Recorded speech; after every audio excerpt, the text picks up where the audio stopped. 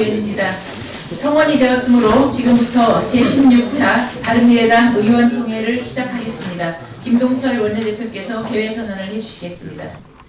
네, 바른미래당 제16차 의원총회를 시작하겠습니다. 오늘은 모두 발언에 앞서서 바른미래당의 토론 배틀 우승자를 소개하는 시간을 갖도록 하겠습니다. 이태규 사무총장님께서 3인의 우승자를 소개해 주시겠습니다.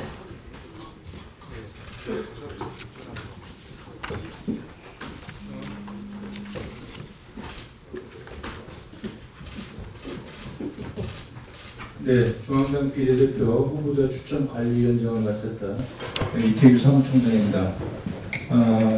우리 바른미래당은 투명하고 공정한 공천 그리고 젊고 능력 있는 청년 인재 발탁을 위해서 토론을 통해서 비례대표 광역원을 선발하기로 하고 지난번 5월 1일과 2일 결승 토론을 거쳐서 우승자를 확정했습니다. 그래서 오늘 우승하신 세 분의 우승자를 소개해드리고자 합니다.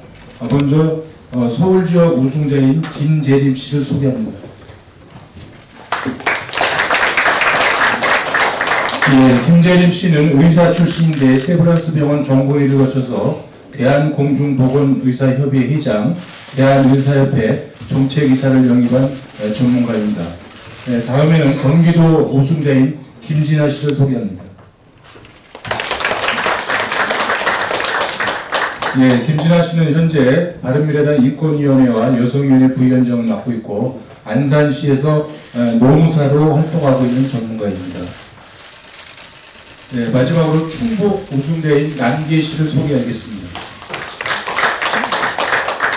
네, 남기혜 씨는 충청북도 여성단체협의회 회장, 국민의당 중앙당 정책위 부의장을 지냈고 현재 한국소비자포럼 공동대표를 맡고 있는 여성운동가이십니다.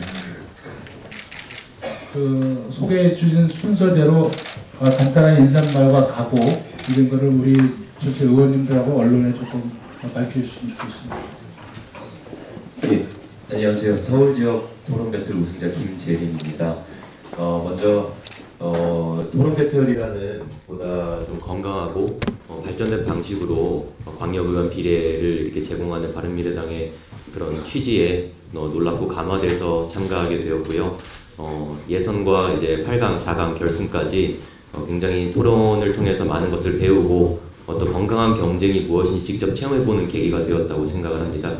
먼저 이렇게 선정이 된 것에 대해서 앞으로 이제 바른미래당이 갈 길이 멀다, 그리고 더 열심히 해야 될 부분들이 있다, 또 잘하고 있는 부분들을 더 잘할 필요가 있다 이렇게 생각이 드는데 그 부분들에 대해서 함께 할 수 있게 되면 영광이겠습니다. 감사합니다.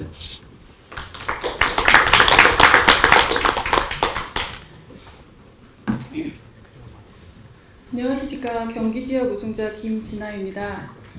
이 자리에 서게 된 것도 굉장히 감사드리는 바이지만 먼저 이런 기회를 제공해 주신 바른미래당에 정말 감사하는 마음입니다.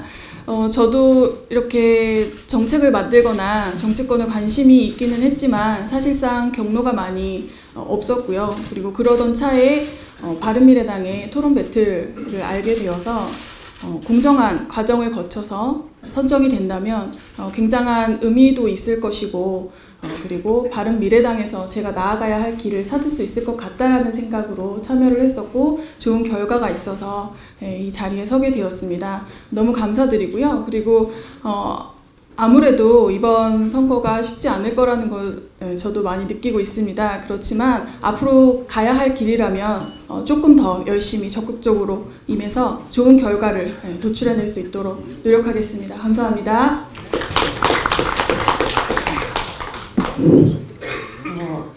충북에서 올라온 나이 많은 청년 남기혜입니다. 여러분 뵙게 돼서 반갑고요. 스티브 잡스가 이렇게 말했습니다. 개혁이라는 것은 돈이 드는 것이 아니다. 능력 있는 리더들이 같이 하는 사람들에게서 잠재력을 뽑아내고 그것을 바깥으로 돌출시키는 것이 그것이 바로 개혁으로 연결된다 이런 말을 했습니다. 제가 지금 이 자리에 있으면서 바로 여러분들의 훌륭한 리더십으로 제가 깨끗한 과정을 거쳐서 이 자리에 있다고 생각합니다. 지역에서는 깜짝 놀라죠. 정말 돈 안 냈어? 예. 아, 100원도 안 냈어요. 그러니까 신선하게 이거는 정말 쇼킹해 이렇게 받아들이고 있습니다. 여러분들의 그 훌륭한 리더십 덕분입니다. 또 하나는 제가 이번에 여러분들께서 기회를 주셔서 공부를 하면서 느낀 것이 이 세계의 정치는 지도에 없는 새로운 길이라는 것입니다. 그러니까 우리가 다당제로서 또 올바른 미래당으로서 갈 수 있는 것은 새로운 길을 창조하는 것이라고 생각해서 겁내지 마시고 좀 더 과감하게 얘기거리를 좀 이벤트를 만들어 내시고 좀 더 우리들에게 올바른 미래당의 존재 자체를 좀 알려주셨으면 좋겠습니다. 지방선거에 임해서 제가 가장 원하는 것은 사람들은 모릅니다. 바른미래당이 뭔지. 그리고 다당제라면 또 아무것도 모릅니다. 안철수 당이에요. 그러면 이제 알아듣습니다. 그러니까 여러분들이 좀 더 매스컴이나 신문 그런 방송 채널을 통해서 바른정당의 그 존재를 좀 더 부각시켜 주시고 저희들이 바른미래당이 그동안 행겨 뭐 있어 쌈뿐이 없잖아 이런 얘기를 할 때 바른미래당이 이래서 필요하고 이러한 일을 그동안 했습니다. 앞으로 할 일도 싸움의 그쪽에 편에서만 하지 마시고 뭔가 우리의 독특한 think different 그것을 여러분께서 좀 앞으로 한 달 동안 좀 찾아주세요. 그래서 제가 여러분들께 부탁드리는 것은 그 스티브 잡스처럼 more hungry, more foolish. 그래서 그 여러 가지 기득권 내려놓으시고 좀 더 미쳐서 정말 저희들에게 모든 여러분들이 가진 리더십을 보여주십시오. 저희들은 밑에서 목숨을 걸고 하겠습니다. 감사합니다.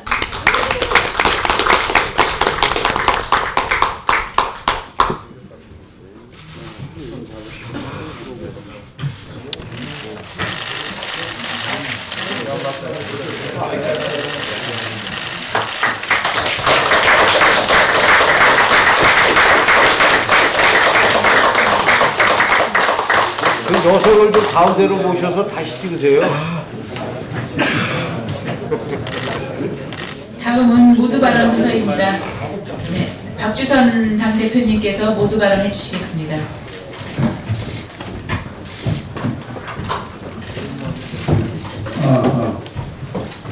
보시다시피 김대림, 김진아, 남기의 이 세 분 토론 배틀을 통해서 저희 당 비례대표 1번으로 또 2번으로 공천을 받으신 자랑스러운 보배 후보들의 인사 말씀을 드렸습니다. 정당 사상 처음으로 시도되는 토론 배틀이 많은 국민들로부터 주목과 각광을 받는 행사였다고 생각하고 이제 무한 가능성을 확인해 준 이 세 후보가 현실의 당선의 성취를 이룰 수 있도록 중앙당 지역위원회 모두 합심합력에서 최선 노력을 다하도록 하겠습니다. 오늘은 문재인 대통령이 한중일 정상회담 참석을 위해서 일본을 방문하는 날입니다. 남북 정상회담의 성공이 한반도의 완전한 비핵화를 이루는 북미 정상회담의 성공으로 이어지기를 모든 국민은 염원하고 있고 그 가능성이 상당히 높아간다는 관측이 있었습니다. 그러나 김정일 위원장의 갑작스러운 중국 방문, 또 트럼프 대통령의 김정은입니다. 죄송합니다.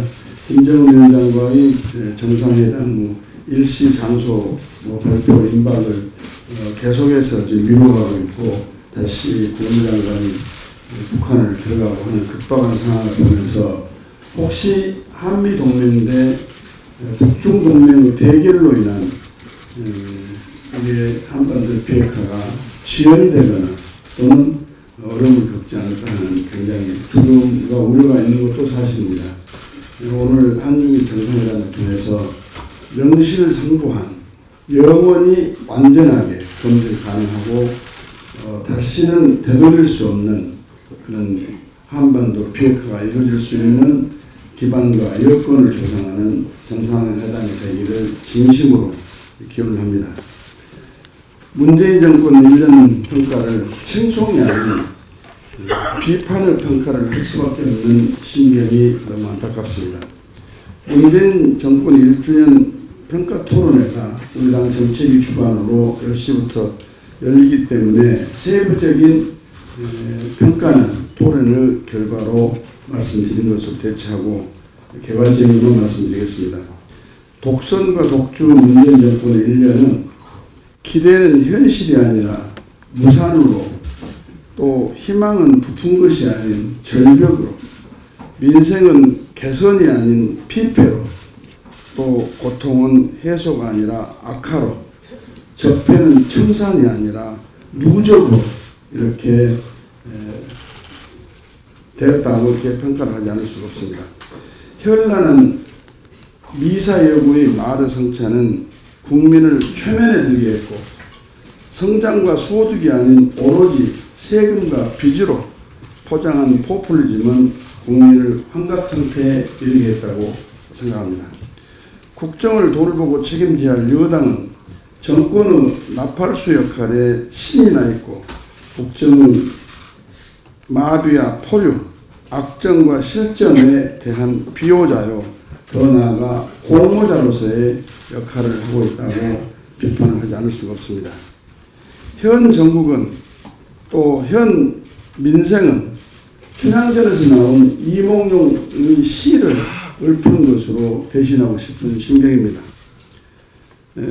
총무학시 민문학 가성고처 원성고라는 규정이 있는데 그 상황이 바로 이 대한민국의 민생의 현 실상이고 실태라고 이렇게 생각합니다. 이는 오로지 집권 여당의 책임임을 지적을 합니다. 물론 야당은 책임이 없는 바는 아닙니다. 협치 구도 속에서 협치가 작동될 수가 없고 야당이 무시됐기 때문에 이런 결과가 나왔다는 점을 다시 한번 말씀드리면서 저희 야당이 야당다운 역할을 할 수 있는 계기를 만들어 주시는데 국민 여러분의 큰 관심과 지지를 호소드리지 않을 수가 없습니다. 남북정상회담의 희망의 이면에 드리워진 깊은 남북정상회담의 희망의 이면에 드리워진 짙은 그림자가 시리와 도탄에 빠진 민생을 뒤엎고 있어서 집권 여당은 국민의 아픔과 쓰라림을 느끼지 못하고 그 아우성과 하소연을 듣지 못하니 안타깝고 이런 민생을 구제하기 위해 민생국회를 열자고 해도 우리 당의 주장에 거들떠보도 아니하니까 더불어민주당이 여당을 포기한 이 사태에 대해서 국민의 분노가 극에 달하고 있다고 생각을 합니다. 하루속히 집권 여당이 여당다운 자세와 태도를 가지고 국회 정상화에 임해줄 것을 강력히 촉구합니다. 드루킹 사건 특검에 대해서 여당은 국민을 기망하고 야당을 조롱하고 농락하고 있습니다. 특검을 하자면서 사실상 특검을 거부하는 살라미 전법을 어디서 배웠는지 묻지 않을 수가 없습니다. 명분 없는 특검 거부 쇼를 당장 걷어치우라고 외칩니다. 수사 범위와 대상이 없는 특검이 역할을 또 기능을 할 수 없기 때문에 특검은 의미가 없습니다. 이것은 특검을 하지 말라는 이야기나 똑같고 이것은 특검을 하자는 주장이 어불성설이라는 것을 다시 말씀드리지 않을 수 없습니다. 왜 특검을 더불어민주당은 거부를 합니까? 왜 청와대 눈치를 봐야 합니까? 왜 김경수 의원 이름만 나오면 그 앞에서 작아지는 여당입니까? 이것이 적폐청산인지 적폐은폐인지 묻지 않을 수가 없습니다. 내은 남청, 내은 남청, 내 적폐는 감추고 나무 적폐는 청산한다고 하는 것이 바로 내로남불의 극치다. 저는 그렇게 생각합니다. 정당한 야당의 주장, 국민의 대다수의 명령에 거부하면서 협치를 할 자격이 있는지 국민의 뜻을 받드는 정당인지 더불어당에게 묻지 않을 수가 없습니다. 자기들 세력만의 여론조사에 취해가지고 이성과 합리를 잃은 더불어민주당의 대호각성을 촉구를 하면서 하루빨리 거부할 용문이 없는 특검의 수용과 시급한 민생 해결을 위한 민생국회를 열 것을 촉구를 합니다. 민생국 가중도 오로지 여당 책임이라는 것을 다시 한번 말씀드립니다. 또 우리 당에도 제안을 하겠습니다. 특검을 관철시키기 위해서 모든 수단과 방법을 강구를 하고 여당의 각성을 촉구하고 문재인 대통령의 태도 변화를 요청하기 위해서 저희들이 어제 철야 농성을 했습니다. 철야 농성이 두렵거나 철야 농성이 무서워서 특검을 받아줄 그런 더불어민주당의 태도는 아직까지 보이지 않고 있습니다. 그런데 저희 당의 입장에서는 국회 정상화도 이루어서 하루속히 민생을 해결해야 할 역할도 해야 되고 6.13 지방선거가 지금 35일밖에 넘지 않았습니다. 그래서 이 특검 촉구의 우리 당의 전략 투쟁의 방법을 선거운동을 겸하면서 특검의 요구에 대한 정당성과 필요성을 오히려 국민들에게 호소를 하고 같이 당의 지지를 요구하는 방향으로 사실상 장애투쟁을 건설적이고 실효적인 방향으로 전환할 것을 제안합니다. 이상입니다. 예, 의원님들 어제 고생하셨습니다. 문재인 정부를 출범시킨 대통령 선거가 오늘 1년이 되는 날입니다.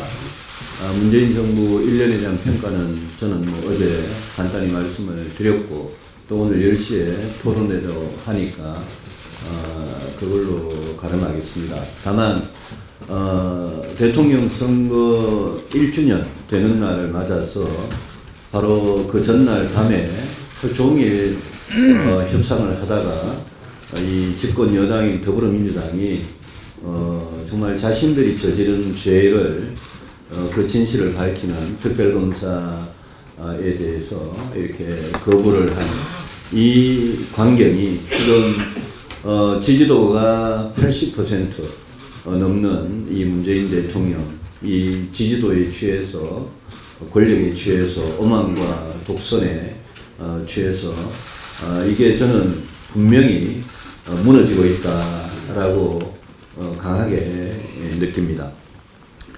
두 가지만 말씀을 드리겠습니다. 드루킹 게이트는 문재인 대통령의 핵심 측근과 민주당이 민주주의의 기본 가치와 질서를 유린한 것이 그 본질입니다. 이 중대한 범죄 혐의의 진실을 밝히는 특별검사는 그 수사 대상과 범위, 특검의 규모와 기간 등에 있어서 어떠한 제한도 없는 말 그대로 성역 없는 특검이 되어야 합니다. 김경수 후보는 물론이고 문재인 대통령, 더불어민주당이 당연히 수사 대상이 되어야 하며 지난 대선 과정의 여론 조작 또 이 사건을 은폐 조작하고 국민에게 거짓말을 했던 경찰과 검찰도 당연히 특별검사의 수사 대상이 되어야 합니다. 따라서 이 특별검사에 대한 저와 바른미래당의 원칙은 분명하고 단호해야 한다고 생각합니다. 우리는 시간에 쫓겨서 하나마나한 특검, 면죄부나 주는 특검은 결코 하지 않을 것입니다.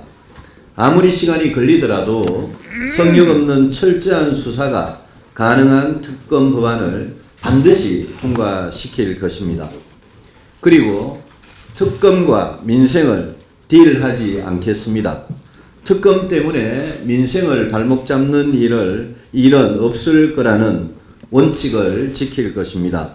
민생을 위해서 시급한 법안이나 예산은 국회를 언제든지 열어서 철저히 심의하고 결정하는 국회의 책임을 다해야 할 것입니다. 그러나 절박하지 않은 일들에 대해서는 특검법이 통과되기 전에는 협조하지 않을 것입니다. 예컨대 추경의 경우에 3조 원 중에 공무원 일자리를 늘리는 2조 원의 예산은 오래전부터 이런 예산에는 결코 동의할 수 없다는 점을 분명히 해왔습니다. 따라서 추경은 특검과 관계없이 국회를 열고 심의하고 공무원 일자리 예산 2조 원은 삭감하고 나머지 예산 중에서 고용위기 지역에 대한 지원 등 꼭 시급하게 필요한 것만 동의할 수 있다. 이런 게 우리의 원칙이 되어야 합니다. 지방선거에 출마하는 4명의 국회의원의 사퇴 수립, 이런 거는 민생하고 전혀 관계없는 일이기 때문에 추경 국회를 열더라도 이런 일은 저는 결코 협조해서는 안 된다고 생각을 합니다.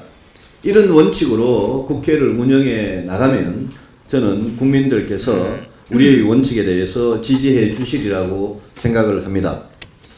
김정은이 중국 다련에서 시진핑 주석과 회담을 했습니다. 미국 정상회담을 앞두고 북한이 중국을 끌어들여서 이용하고 있는 것입니다. 미국이 CBID를 PBID로 강화하고 폐기 대상을 핵무기에서 생화학 무기를 포함한 대량 살상 무기로 확대하고 또 인공위성까지 범위를 확대하고 남아공 핵폐기 모델까지 거론되자 북한은 중국을 끌어들였고 그동안 서로 거리를 두어왔던 북한과 중국이 하루아침에 하나의 혈맹, 운명 공동체, 변함없는 순치 관계가 되었습니다. 미국 회담을 앞둔 시점에서 중국의 개입은 두 가지 점에서 저는 크게 우려됩니다. 첫째, 북한이 핵무기를 폐기하기도 전에 대북 제재의 핵심인 중국이 대북 제재와 압박을 풀어버려서 비핵화를 방해할 가능성. 둘째, 중국은 그동안 일관되게 쌍중단, 쌍궤 병행을 주장해 왔는데 이것은 김정은이 말하는 단계적, 동시적 조치를 통한 비핵화와 같은 주장입니다. 중국과 북한의 이 주장은 미국의 빅뱅식 일괄 타결, 또 CBID를 넘어선 PBID와 거리가 매우 먼 방식입니다. 이렇게 입장이 서로 다른데 미국 정상회담에서 과연 어떤 결론이 나올 것인지 그 결론이 과연 우리가 원하는 완전한 비핵화를 담보할 수 있는지가 앞으로 핵심입니다. 지금 미국에서도 그동안 북한 문제에 대해서 가장 미국 내 비둘기파로 분류되어 왔던 인사들조차도 미국 회담에 대해서 우려와 경고의 목소리를 내고 있습니다. 우리에게 중요한 것은 문재인 대통령과 문재인 정부의 입장이 과연 무엇이냐 하는 것입니다. 문재인 대통령은 북한, 중국과 같이 갈 것인지 미국과 같이 갈 것인지 어느 길로 갈 것인지에 따라 비핵화는 물론 앞으로 동북아시아에서 대한민국의 운명이 걸려 있습니다. 5월 22일 한미 정상회담에서 문재인 대통령은 트럼프 대통령을 상대로 북한과 중국의 입장을 대변할 것이 아니라 미국과 100% 조율된 입장을 가지도록 해야 할 것을 촉구합니다. 이상입니다. 어젯밤에 모두 24분의 의원님께서 함께해 주시고 지금 이 시간에는 25분의 의원님께서 함께해 주고 계십니다. 그만큼 현 시국을 아주 비상하게 인식하고 계시고 또 그만큼 우리 당이 위기인데 이렇게 함께하고 계신다는 것은 위기를 기회로 반전시킬 수 있는 좋은 계기라고 생각하고 여러 의원님들께 감사드립니다. 문재인 대통령께서 지금 일본을 방문 중이십니다.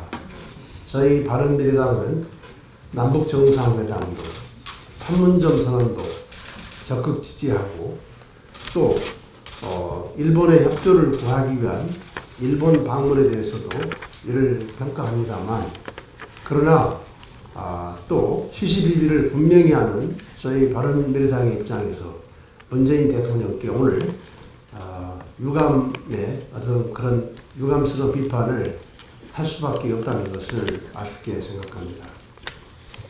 어제 문재인 대통령이 국무회의에서 민생 추경을 정치 사안과 연계해 논의를 미루는 것은 국민이 납득하기 어려울 것이라며 국회에 책임을 전가했습니다. 그리고 국민을 언급하셨습니다.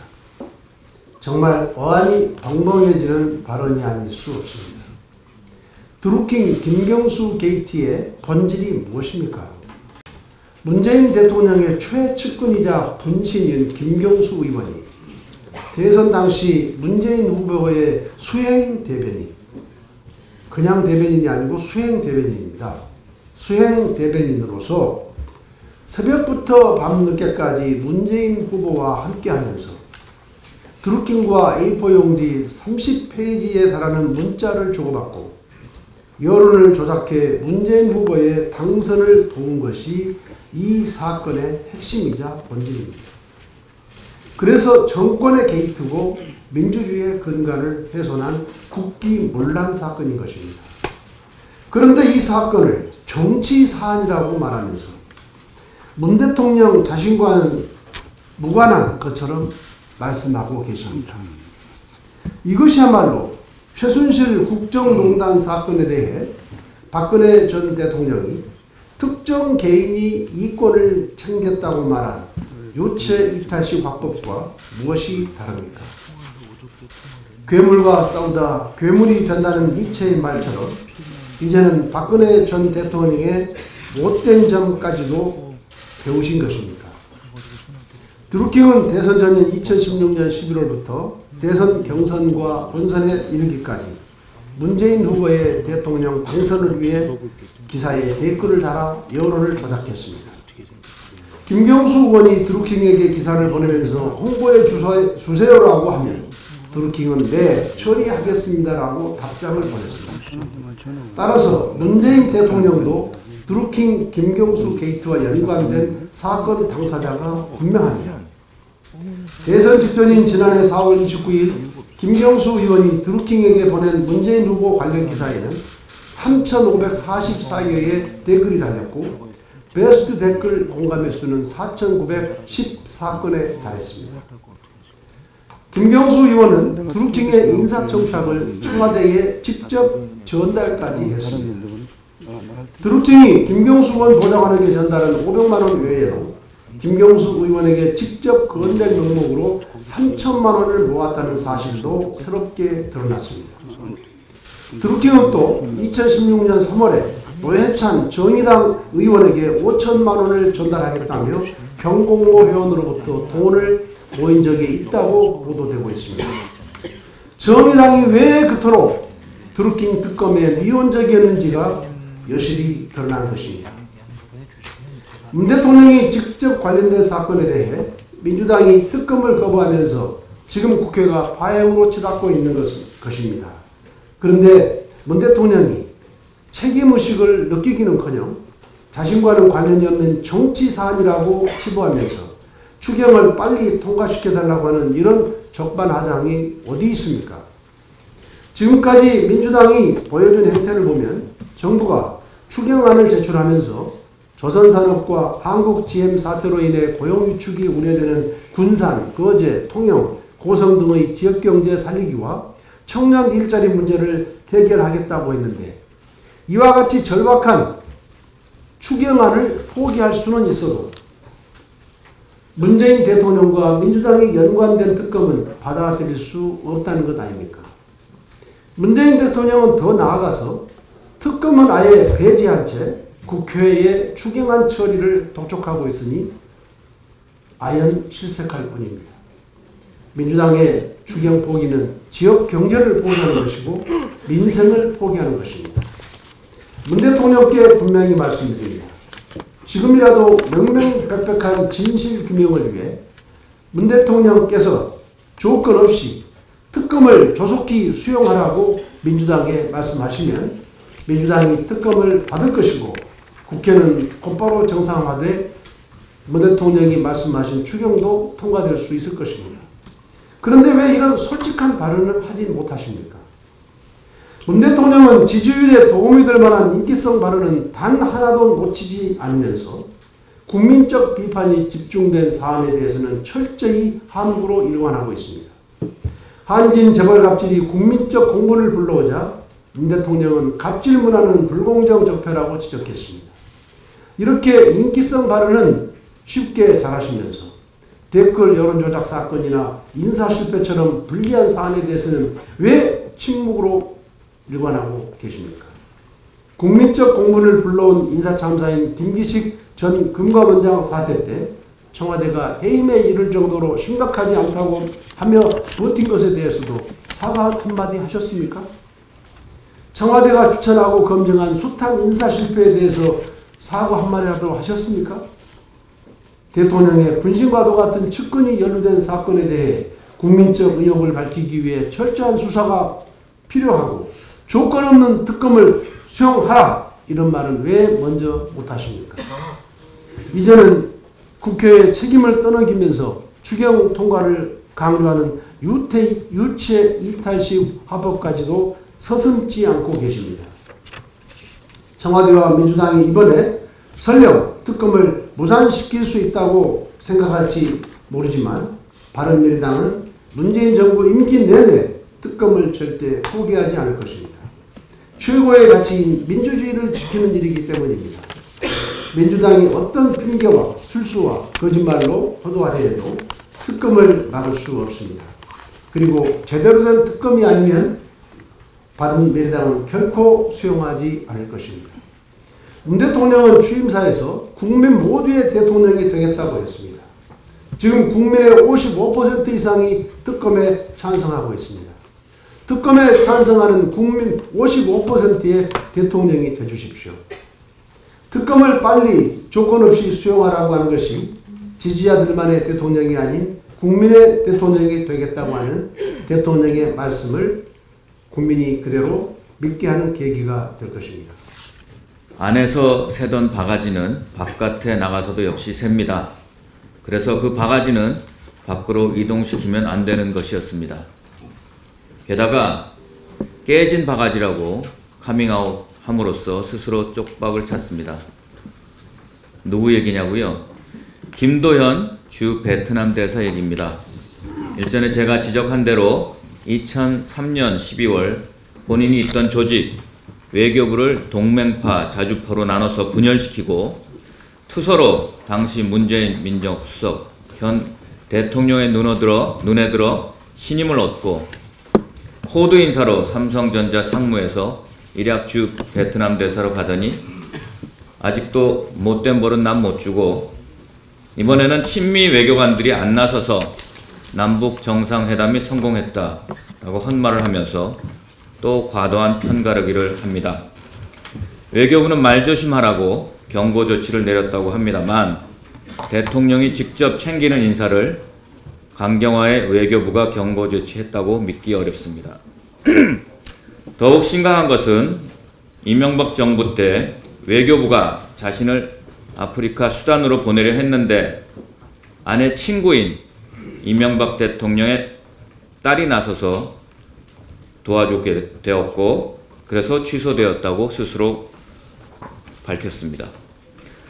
노무현 정부 때는 자주파로 활동하면서 투서로 당시 민정수석에 줄대고 이명박 정부 때는 그토록 비난하던 동맹파인 이명박 대통령 측에 그것도 그 딸에게 자신의 아내를 시켜서 인사청탁을 했고 성사된 것이 드러난 것입니다.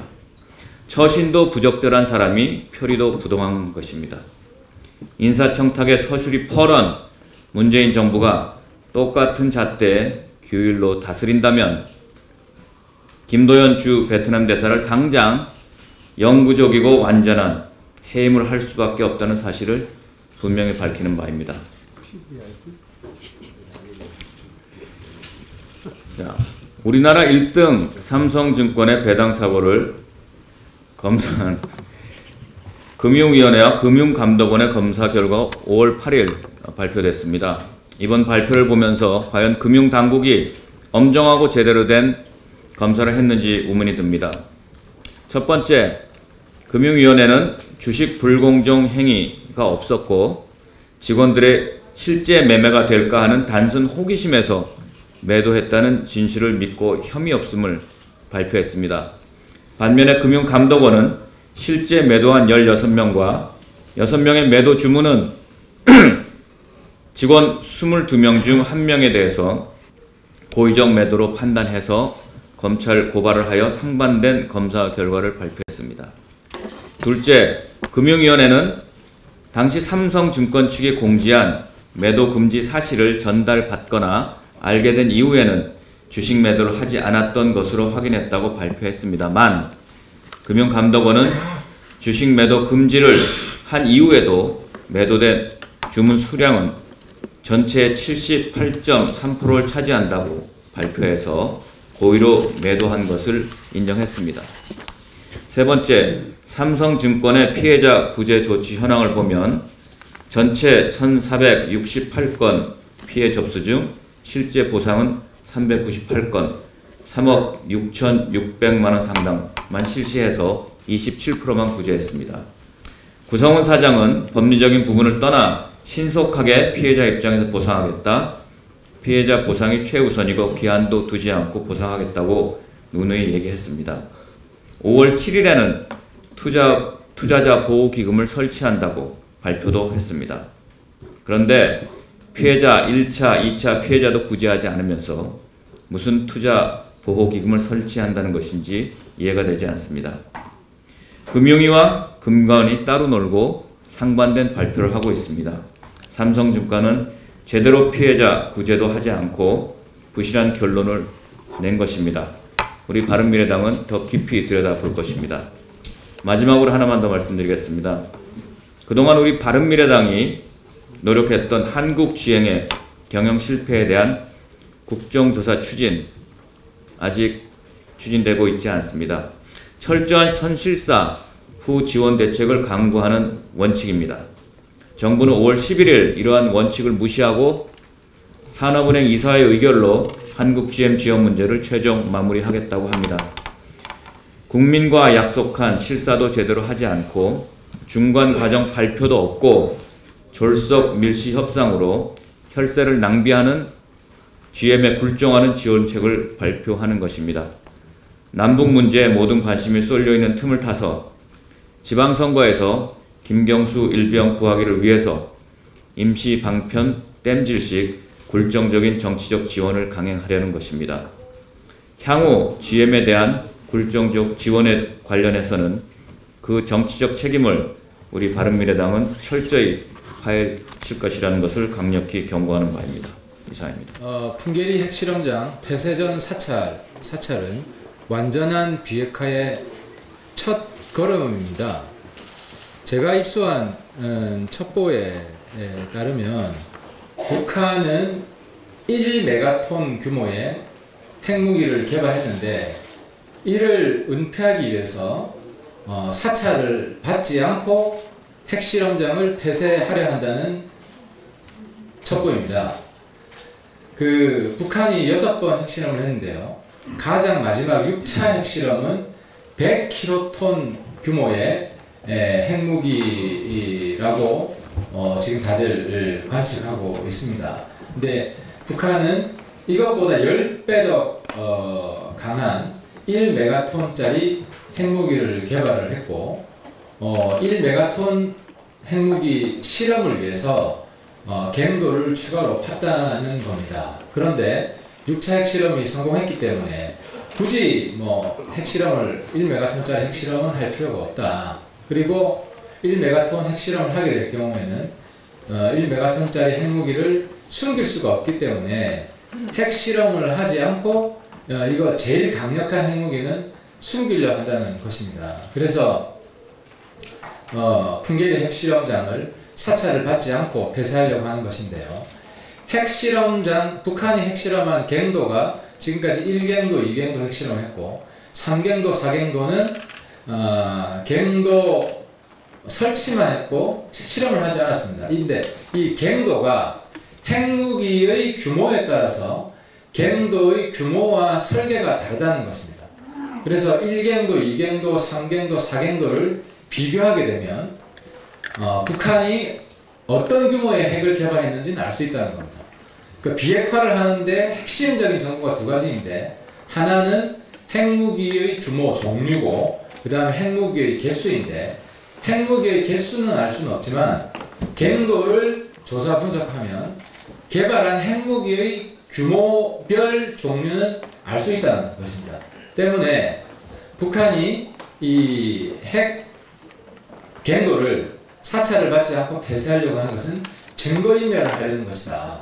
때문에 한국 정부는 미국과 국제사회의 힘을 합쳐서 폐쇄 전에 반드시 사찰을 받도록 해야 되고요. 또 하나 중요한 것은 북한이 지금 핵갱도한 전기 설비를 비롯한 시설을 무단 철거하고 있습니다. 이것도 증거인멸이다. 그래서 한국 정부는 미국, 중국, 그리고 러시아 국제사회와 힘을 합쳐서 핵실험장에 있는 어떤 시설에 대해서도 철거를 해서는 안 된다. 그대로 핵갱도 안의 시설들은 그대로 놔두고 사찰을 받아야 된다는 것을 강력하게 주장해야 한다고 생각을 합니다.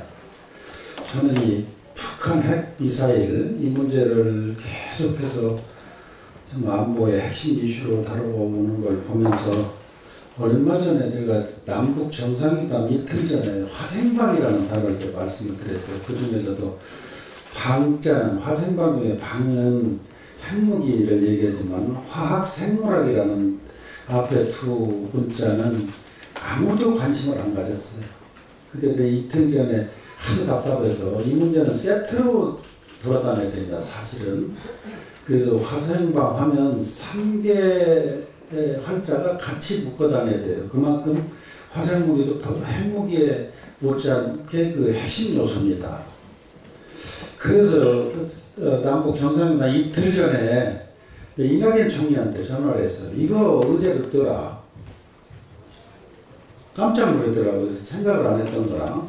늦는데 하여튼 노력을 하겠다 그러는데 그날 제가 말씀드릴 때 이낙연 총리가 요즘 행방불명될 정도로 존재감이 없는데 그거 듣겠느냐는 아니나 다를까 듣지 않았어요.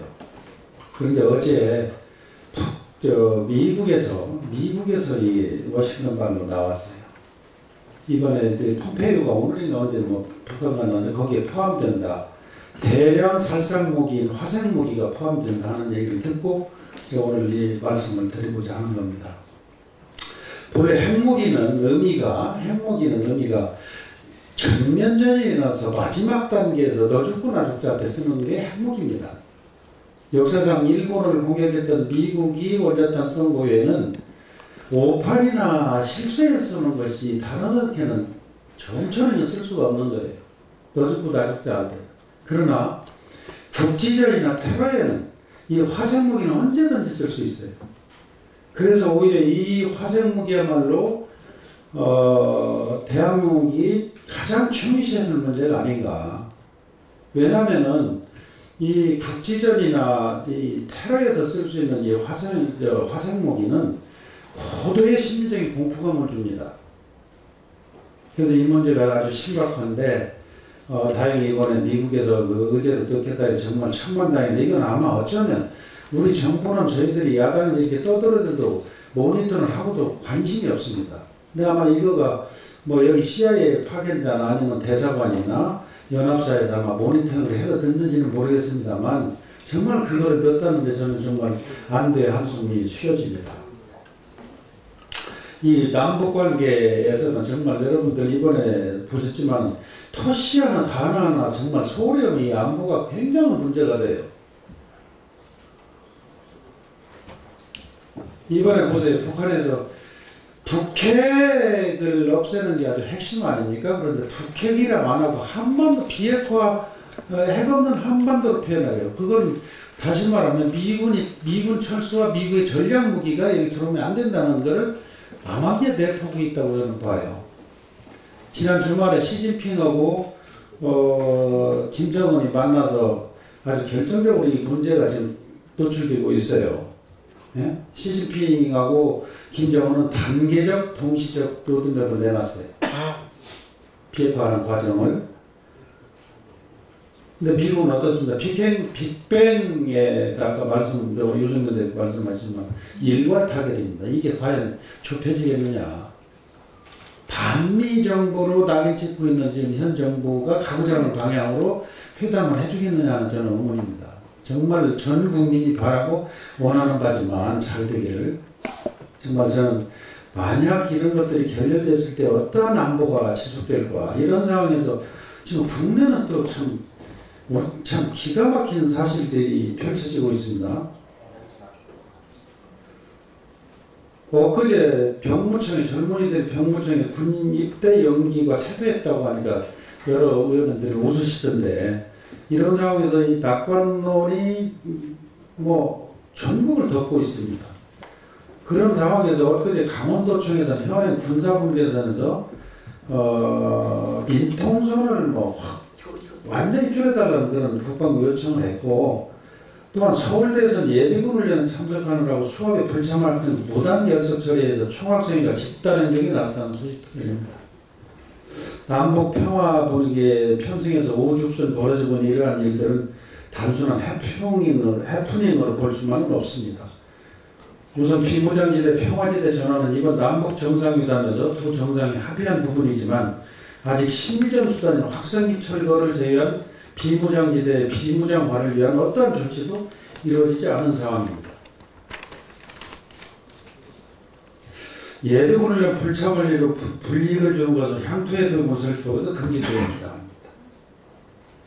자, 여러분들 보세요. 이럴 때 청와대를 중심으로 모든 정부기관과 국민들이 함께 힘을 모아도 정말 부족한 상황인데, 대통령 특보라는 문정인 교수의 주한미군 철수 엊그제 발언 가지고 시끄러웠죠.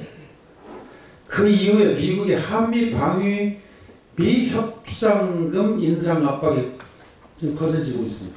3차 회담에서 그 결론이 났다는데 처음으로 올해 1조 원이 넘었습니다. 이런 것들이 다 연관되어 있는데 그냥 툭툭 뱉는 것이 국익에 어떤 이익이 되는가 정말 참 한심할 수밖에 없습니다. 특보라는 사람. 자, 이런 안보의 해이 현상은 정말 남북으로서 우리가 그치는 문제냐, 통일로예요. 통일에는 주변국이 더 큰 위협이 지금 기다리고 있고 더 큰 안보가 기다리고 있습니다. 정말 마지막으로 한 말씀 드리고자 하는 것은 평화를 원하거든 전쟁을 준비하는 로마인들의 정말 말의 뜻을 뼛속 깊이 우리 같이 새겨야 될 때입니다. 이사입니다. 우리 바른미래당은 특검으로 불법 대선 여론조작 사건 진상을 철저히 규명하고 국회 정상화로 민생과 개혁 입법을 처리하자는 그 일념으로 무한한 인내심을 가지고 협상에 임해왔다. 그러나 더불어민주당은 이러한 우리의 뜻과 국민 요구를 보란듯이 걷어찼다. 더불어민주당은 겉으로는 특검을 수용하겠다면서도 실제로는 특검을 회피하기 위한 온갖 핑계와 단서와 조건을 수없이 나열하며 인생도 경제도 국회도 거부하는 위선적인 행태로 국민을 우롱하고 야당을 철저히 기만하였다. 더불어민주당은 특검의 수사 대상이자 드루킹 게이트의 피의자다. 수사 대상이자 피의자가 특검의 수사 범위를 정하겠다는 전대미문의 주장에 우리는 경악한다. 이러한 적반하장으로 특검을 좌초시키고 추경과 민생국회까지 포기한 것은 무책임의 극치이자 더 이상 집권 여당이기를 포기한 정당이다. 드루킹, 김경수 게이트 특검은 민주주의 근간을 뒤흔든 중대한 범죄이다. 살아있는 권력과 연루된 의혹이 크기 때문에 권력에 흔들리지 말고 명명백백하게 사건의 실체를 규명할 수 있는 특검이 반드시 필요할 뿐만 아니라 그 실체적 진실을 규명하는 것은 국회의 책무로서 적당히 타협할 사안이 결코 아니다. 정권의 잘못에 면죄부를 주는 부실특검 시도에 대하여 우리 바른미래당은 단호히 싸울 것이다. 드루킹, 김경수 게이트에 대한 특검은 국민의 55% 이상이 찬성하고 있다.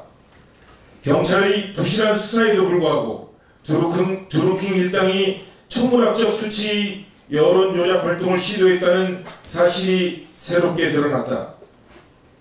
사건의 핵심에 있는 김경수 의원은 특검보다 더한 조사도 받겠다고 스스로 얘기했으며 청와대도 국회가 합의하면 수용하겠다고 하였다. 더불어민주당도 당당하고 떳떳하다고 계속 주장해오고 있다. 청와대, 더불어민주당, 그리고 김경수 의원 모두의 떳떳함을 증명할 수 있고 당당함을 밝힐 수 있는 최상의 해법이 특검 말고 그 무엇이 있겠는가? 그럼에도 불구하고 무엇이 그토록 두려워 벼랑 끝에 놓인 경제도 최악으로 치닫는 민생도 국민 다수가 요구하는 국회 정상화도 포기하면서까지 특검을 회피하려 하는지 그 이유를 묻지 않을 수 없다. 우리 바른미래당은 철저한 특검으로 사건의 실체적 진실을 낱낱이 규명하고 민생과 경제, 각종 개혁입법 처리를 위한 국회 정상화 노력도 병행 추진할 것을 다짐하면서 엄중한 심정으로 다음과 같이 결의한다. 하나, 특검의 피, 국회 포기, 민주당을 규탄한다. 규탄한다. 규탄한다. 규탄한다. 하나, 대선 불법 여론조작 특검으로 응답하라. 응답하라. 응답하라. 응답하라. 하나, 특검 거부, 민생 포기, 민주당은 각성하라. 각성하라. 각성하라. 각성하라. 2018년 5월 5일 바른미래당 국회의원 일동입니다.